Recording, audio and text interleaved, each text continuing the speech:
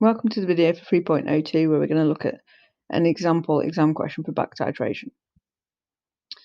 So a back titration is where you react an acid or alkali with a sample and you use excess of that acid. So in this case it's an acid, so we're going to use excess acid. So this exam question says that we add hydrochloric acids to impure magnesium carbonate and some acid was unreacted. So this HCl is in excess. And then we can take the acid that's unreacted and titrate that with sodium hydroxide, and that will tell us how much acid has been left unreacted.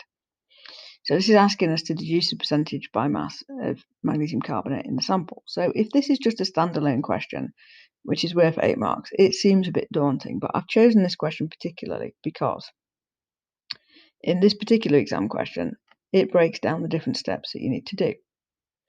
So here's the real exam question. So first of all, asks us to calculate the number of moles of HCl in 75 centimeters cubed of 0.5. So this is quite straightforward. Number of moles is concentration times by volume. So it's 0.5 times by, and then the volume, remember, we need to convert into decimeters cubed by dividing by 1,000. If I do that, I stick that in my calculator, that gives me 0.0375. It then wants me to calculate the number of moles of sodium hydroxide used to neutralize the unreacted HCl. So it says the unreacted acid requires 21.6 centimeters cubed of 0.5. So again, this is quite straightforward. Number of moles is concentration times by volume. So it's 0.5 times by 21.6 over 1,000, because we need to convert that into decimeters cubed. And if I put that into my calculator, I get 0.0108. So that's the number of moles of HCl, of sodium hydroxide. But the equation for the reaction of sodium hydroxide with HCl is this. So that means that the number of moles of sodium hydroxide is the same as the number of moles of HCl. So this 0.0108 is also equal to the number of moles of HCl left over.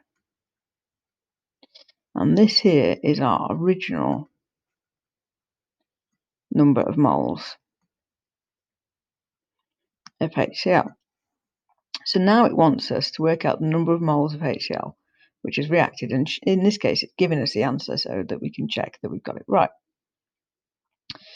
So this is simply looking at how much we started with. So we started with 0.0375 moles and we were left with 0.0108. So the amount that we've used up is the difference between those two numbers, and if I stick that into my calculator I get 0.0267. And because it's handily given us that, I know now that parts 1 and 2 are correct. So on to the next bit. So now it wants us to calculate the number of moles and the mass of magnesium carbonate in the sample, and therefore deduce the percentage of mass of magnesium carbonate. So let's just go back again. So it tells us that the number of moles of HCl that's reacted is 0.0267. So the number of moles of that is 0.0267.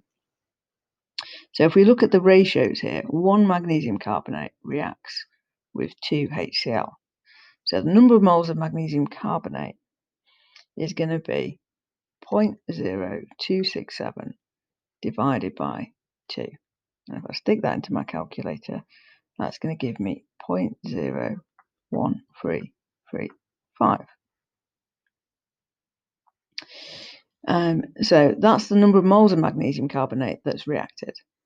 Now we know that number of moles is mass over mR.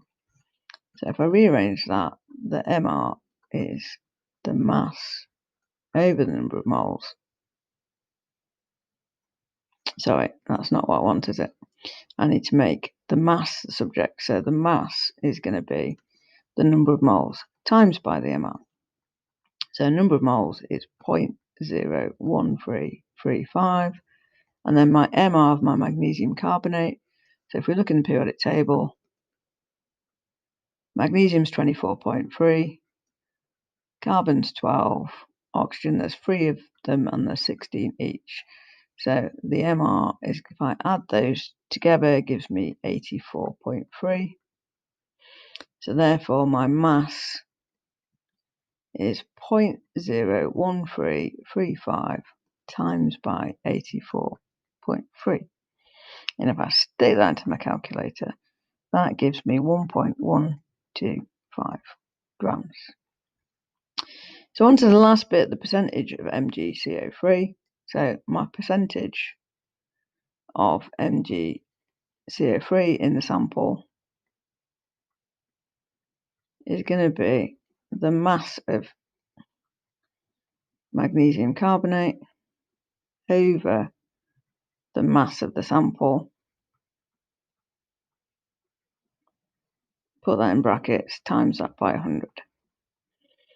So if I put that in, that's going to be 1.125 over, so if I look in the question, it's 1.25. Sorry, my decimal points aren't very clear. Times that by 100, and if I stick that into my calculator, that gives me 90%. Okay, thank you for listening. See you next time.